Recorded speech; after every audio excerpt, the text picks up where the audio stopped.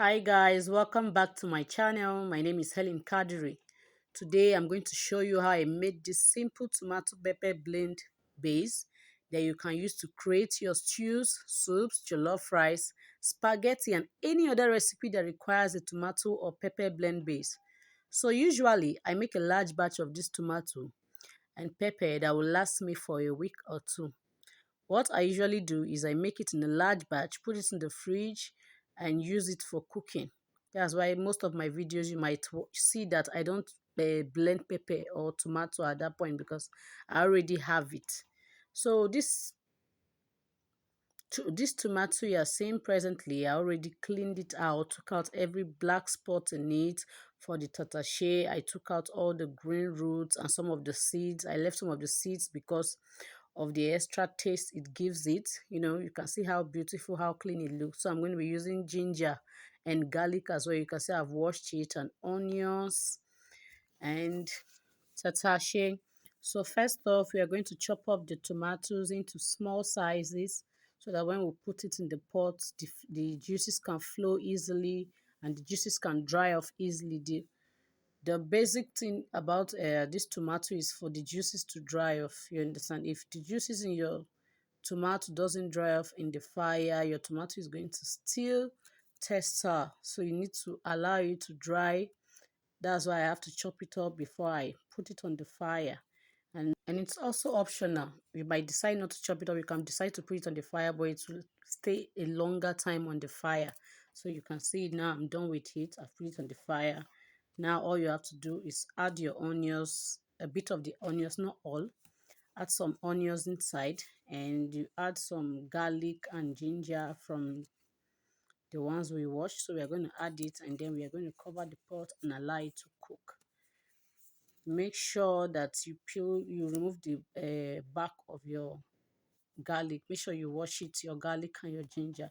Now you cover it and allow it to cook. So we are going to be doing the same thing for the tatashe. The tatashe doesn't actually need chopping, but why I chop it up is so that it cooks early. I want to reduce my cooking time. That's why I'm chopping it, so it cooks well and fast. I don't want to waste much gas. As you can, as you already know, gas is expensive in the market. So it's optional though. You don't have to do it. You can just put it all, you can just wash it and put it on the fire, and just make sure that when you are putting your tatashe on the fire, you put a little bit of water. And again, you can decide to add a little bit of pepper in your tatashe when you are putting it on the fire, because you might want that pepper taste in case you don't want to use you don't want to use pepper, you don't want to use your atarodo pepper.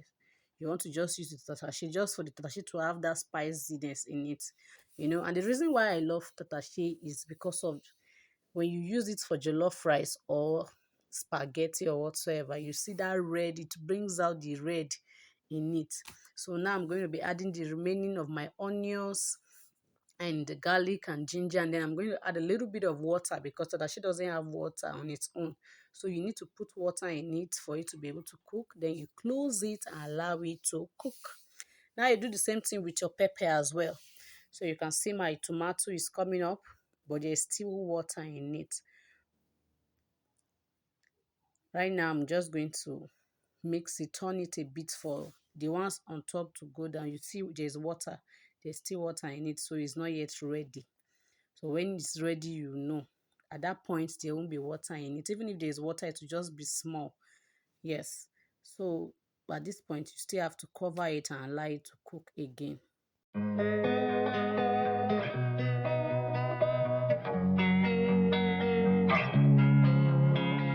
Losing time, I'm fading fast. I just wanna make it last. Try to let go of the past. I close my eyes, embrace the blast. Sleepless nights and headaches stack. Restlessness to hell and back. What's my purpose? What do I grab? A slippery surface, a heart attack. And sometimes you just gotta believe there's something that'll give you relief. There's something that'll have what you need. What you need. We're broken, it's tragic. We're not all elastic, but maybe there's magic. Believe you could have it. So at this point, when it's a bit cooked like this, you can decide to drain the water in a drain the water in the tomato in a sieve and put it back on the fire for a bit. Like you see the tatashe now, and the pepper is, the water is dried, so now it's ready for blending. So now I'm going to go and blend it. Okay, now you see this is our atarodo and tatashe. This is how it looks like because it cooked very well. So I'm going to be adding a little bit of salt for preserving it.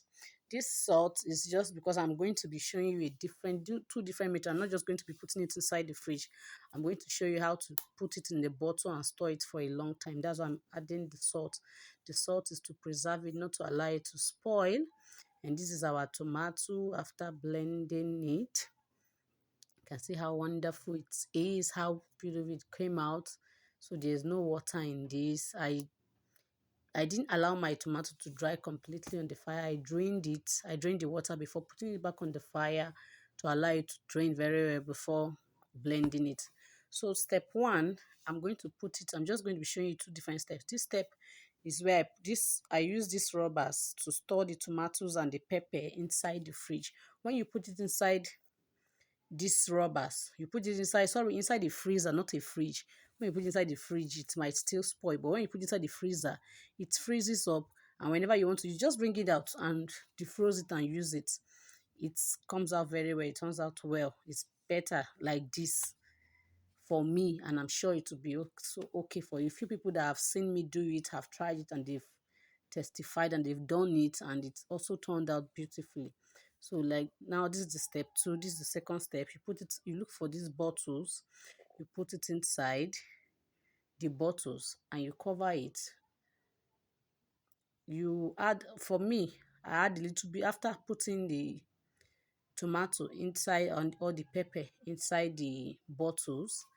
I put a little bit of vegetable oil on it, like for storage, you understand?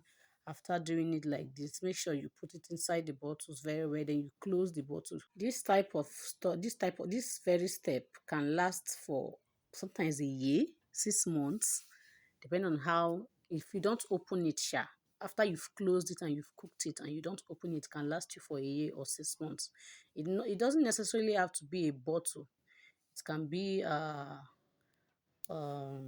all these plastic rubbers, but why I don't normally like using plastic rubbers is because when you want to cook it again inside the hot water, it's sometimes the rubbers melt. So when you use these bottles last longer. That's why I use bottles. So when you're done putting the tomatoes or pepper inside the bottles, just like I said before, you put groundnut oil, that's vegetable oil, on top of it before you cover it. Yes. So when you cover it, you make sure it's tightly covered. Cover it very, very well so that when there won't be air inside, because if there is air entering inside, it will not last. So you put a pot on the fire, put water, and put the bottles inside the pot. Make sure that the water is covering the bottles. Cover it and allow it to boil. When it's boiled, it's set.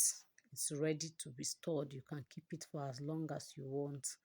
But whenever you've opened it, just use it completely. Don't open it and then keep it back again. Except you want to recover it and recook it again like this so that it will be covered. This cooking it is just for it to seal very well. Yes. So as you can see, mine is boiling, is ready. So thank you for watching. See you next time. Bye.